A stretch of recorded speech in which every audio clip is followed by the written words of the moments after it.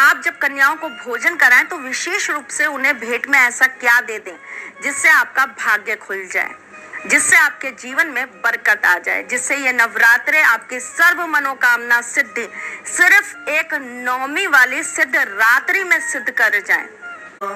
राम सिया राम, जय जय राम, राम राम जी, जय श्री कृष्ण। कैसे हैं आप लोग? कैसी चल रही हैं नवरात्रियां?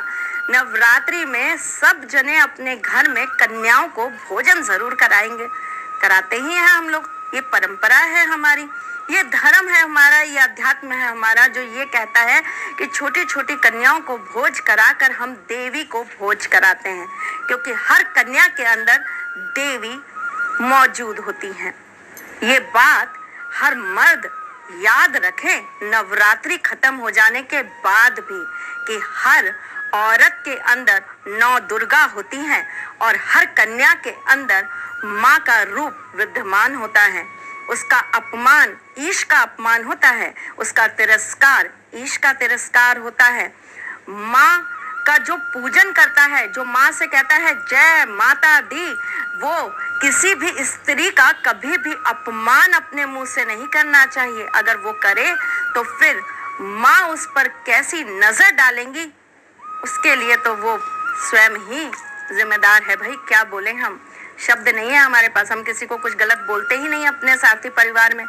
चलिए जी, जय श्री कृष्ण। कैसे हैं आप लोग? मैं एकदम बढ़िया हूँ, बहुत मस्त हूँ और बहुत बढ़िया से पूजन पाठ चल रहा है। मेरे ब्राह्मणों ने मेरा दिल गार्डन करा हुआ है। माता रानी की विशेष कृपा है, गोविंद का बहुत आशीर्वाद है, सब जगह बहुत अच्छी से पूजन पाठ हुआ है और आप सबको उसका आशीर्वाद है।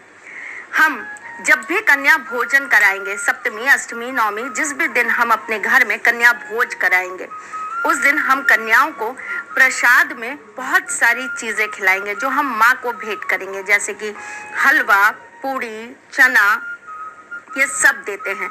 आजकल कुछ नया फैशन बना है भाई, लोग कुरकुरे, चिप्स ये सब भी दे देते हैं। मत करिए, धर्म को अपवित्र मत करिए।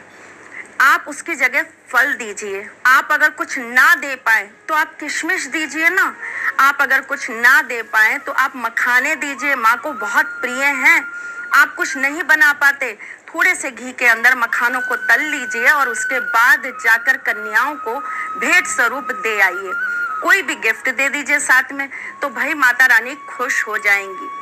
आप कुछ और ना कर पाए तो किसी भी मंदिर में जाकर, माता रानी के मंदिर में जाकर 1.25 किलो घी या तेल वहां पे माँ की जोत के नाम पर दे आए।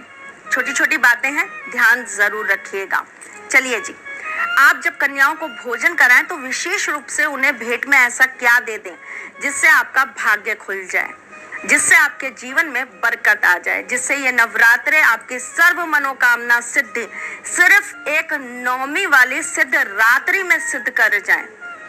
माँ को प्रसन्न करने के लिए सिर्फ एक छोटी सी चीज हम हर कन्या को, माँ के हर रूप को भेंट जरूर करेंगे। और ये चीज क्या है? ये है नारियल, जिसे हम श्री के नाम से भी जानते हैं, जिसे हम श्री का रूप ही मानते हैं, इसीलिए इसे श्रीफल कहा जाता है। श्री का फल यानी कि माता रानी का सबसे प्रिय भेंट और भोग जो माँ को दिया जाता है। आप लघु नारियल दे पाए, बहुत अच्छी बात है।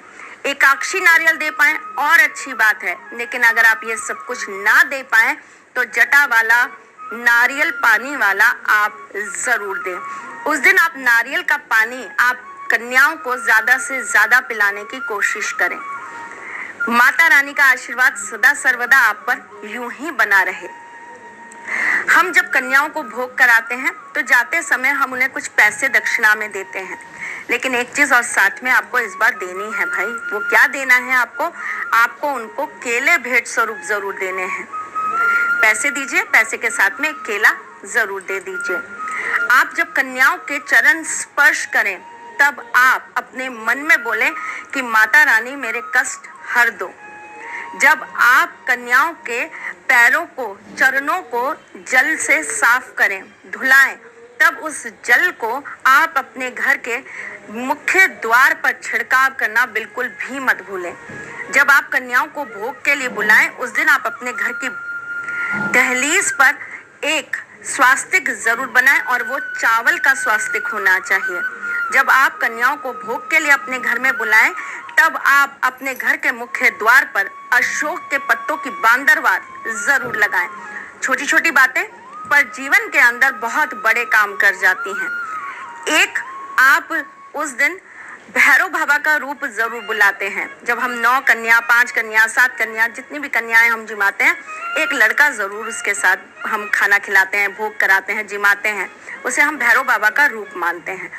उनके हाथ में आप जब दक्षिणा दें तो साथ में कुछ मिश्री और सुपारी जरूर दे दें।